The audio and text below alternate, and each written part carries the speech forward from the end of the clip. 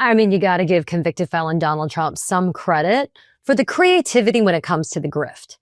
He's done most of the traditional routes, $400 kajillion Qatari jet, the crazy meme coin, billions that he's making. I mean, it's gross, but it's no surprise to us, right? Because we always knew that the only person that convicted felon Donald Trump has been looking out for is himself, and maybe the occasional, pennies to drop to his family. But this one, the demand for $230 million to be given to him as some sort of reparations for criminal investigations and prosecutions. I mean, he wants it from the Department of Justice. Let me be very clear.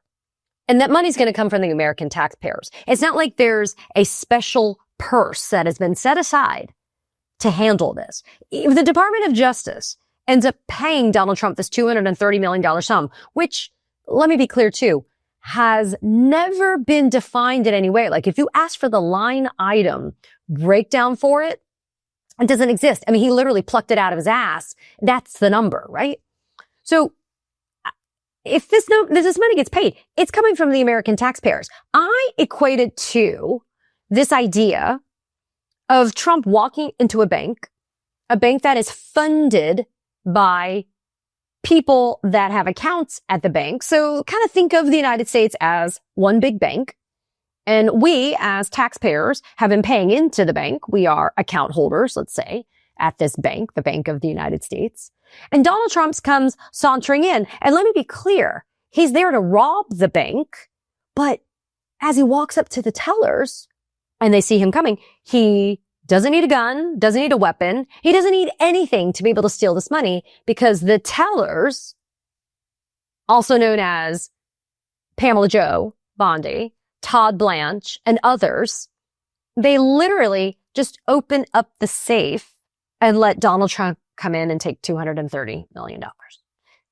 It is the easiest theft that has happened in the history of time. Why? Because the bank tellers are complicit. They're complicit. They are pretty much co-conspirators with the bank robber of Donald Trump to do this. And I want to talk about some of the specifics here because it's just so fucking outrageous that you have to ask yourself, this couldn't possibly pass any single smell test ever. And yet we know that ethics and conflicts of interest, those are just fictitious unicorns. They don't exist. They're like leprechauns. They don't exist in the Trump administration. So I'm going to play for you Trump in the Oval Office, his own words as to what he thinks is about to happen with this $230 million demand of money. Take a listen. It's interesting because I'm the one that makes a decision, right? And, that decision would have to go across my desk. And it's awfully strange to make a decision where I'm paying myself. In other words, did you ever have one of those cases where you have to decide how much you're paying yourself in damages? But I was damaged very greatly, and any money that I would get, I would give to charity. So, who would be the deciding person? Donald Trump. He just told you he would be the guy to decide if he gets the money, because it's pretty much a claim, like a lawsuit that's being brought against his own administration.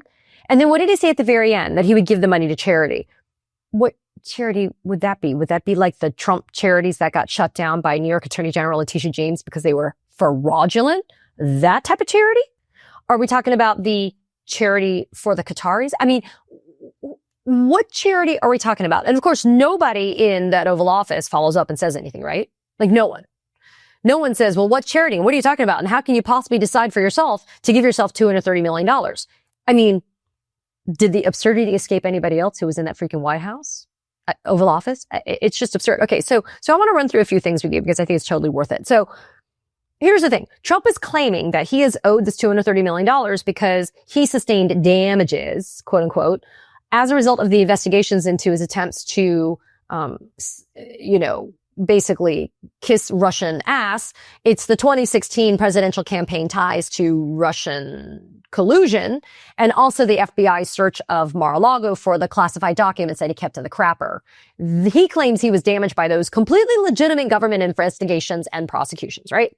And frankly, the Mar-a-Lago thing, it would have kept going too, right? But for the Supreme Court of the United States also being complicit in saying that he had immunity. Now, there were 2 administrative claims that were submitted by attorneys for Trump in 2023 and 2024. And you and I both know who those lawyers have been. I don't know, Todd Blanche, maybe Emil Bovee. I mean, look, the fix has been in for a while, but it is kind of absurd because, for example, if it's Todd Blanche as the deputy AG would be one of the people who would actually decide as well about the propriety of this payout. According to the Department of Justice manual, any settlement would have to get signed off by either the Deputy Attorney General, Todd Blanche, or the Associate Attorney General, a guy named Stanley Woodward, who represented who? Oh, Walt Nauta, Trump's co-defendant in the Classified Documents Espionage Act case. So Todd Blanche or Stanley Woodward would sign off on the settlement, despite Trump claiming that he would be the deciding person on this. So I guess what he's trying to say is Trump would say, we're going to settle this for $230 million. And then the rubber stamp would come from Todd Blanche or Stan Woodward. Now, when asked, a DOJ spokesperson tells ABC News, and this is in response to the question of would either Todd Blanche or Stan Woodward be considered conflicted off of making this decision and signing off on the decision of a settlement because of their prior involvement, quote, in any circumstance, all officials at the Department of Justice follow the guidance of career ethics officials. What career ethics officials? There are no career ethics officials that work at the Trump White House. So who's this straw man that doesn't exist? Yet another example of fiction. This straw man doesn't exist. And so this fictitious White House ethics person is supposed to be the person who's going to give guidance? Again, absurd. Now, in the vein of why this is a perpetration of the kind of nth degree of an insult to all Americans that have been account holders at the Bank of the United States, if we can pull that analogy a little bit further. Do I need to remind you that Trump, that DOJ, the Pamela Joy DOJ, approved a $4.975 million settlement to the family of Ashley Babbitt? You know, the January 6th insurrectionist who was shot by a Capitol police officer who was defending the Capitol that day on January 6th. Despite initial defenses against that lawsuit that was brought by the estate of Ashley Babbitt, the DOJ agreed that they would pay her family almost $5 million, right? So we're rewarding criminal conduct by paying the $5 million, just like we would be rewarding criminal conduct by the felon in chief, Donald Trump, if we were to pay him $230 million. Oh, but wait, there's more. You do get the Ginsu knives. So who else has also initiated a lawsuit to the tune of $100 million? Well, I'm glad you asked. That would be January 6 defendants, specifically Proud Boys. January 6 Proud Boys, they, and specifically Enrique Tarrio, the former leader of the Proud Boys, Joseph Biggs, Ethan Nordine, Zachary Rell, and Dominic Pizzola, have sued the federal government in June of this year for $100 million, alleging that their criminal prosecutions were a, quote, egregious and systemic abuse of the legal system and the United States Constitution to punish and oppress political allies of President Trump by any and all means necessary, legal or illegal. Now, this came after Tarrio was pardoned and the other defendants had their sentences commuted by who? Convicted felon Donald Trump. You want to talk about emboldening criminal conduct? That would be the case. Now, here's an interesting twist, though. Unlike the Ashley Babbitt wrongful death case, which was initially fought by then Biden DOJ, but then once Pamela Joe came in, they just rolled over and played dead. Now, interestingly, the Trump Bondi DOJ is actually fighting this lawsuit that's being brought by the Proud Boys. They filed a motion to dismiss. And the motion to dismiss claims the following: that lawsuit should be dismissed in its entirety because those Proud Boy defendants never presented any evidence that law enforcement or the prosecutors relied on knowingly false or fabricated evidence to initiate their prosecution. Quote, it defies judicial experience and common sense to believe that the plaintiffs cannot make more specific allegations at the stage about what evidence was false, fabricated, or wrongfully withheld as a part of their prosecution. Now, a federal judge is going to decide whether or not they're going to grant that motion to dismiss, because $100 million, that's a lot. Now, a lawyer for these January 6th insurrectionists have said that there are more legal challenges that are going to be coming, as some of the more than 1,500 January 6th defendants who were pardoned, they're seeking financial compensation.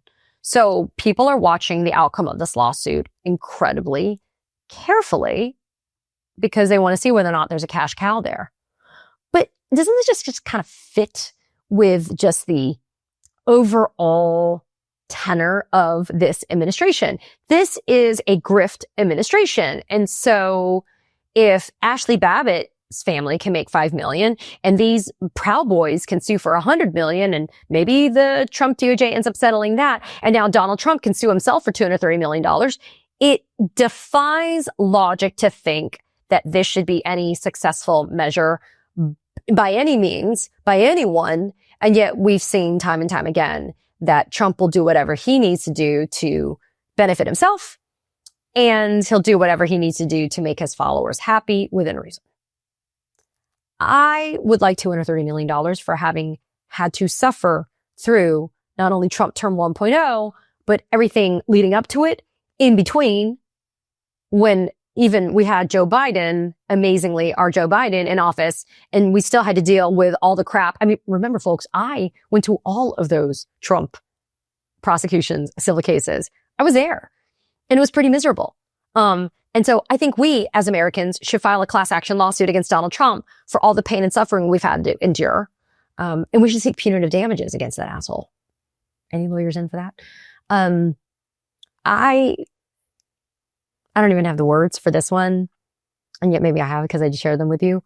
But we just kind of have to keep talking about these things, because I would think that any American taxpayer, regardless of party affiliation, would be offended by the idea that their money is going to Donald Trump. Beyond the money they've already given. I mean, I'm talking about Trump supporters just kind of giving blindly their money, and kind of being a part of that grift. This really is the one that kind of is beyond the pale, I think. So be mad and be outraged and demand accountability, and join me in rattling those cages. Because really, that's the only way that we're going to get things done. Katie Phang here. We launched the Katie Phang News Channel in partnership with the Midas Touch Network so we could bring you the latest in legal and political news. Straight, no chaser. So if you're a fellow truth teller, hit that subscribe button and share the word about this channel so we can build a high information America together.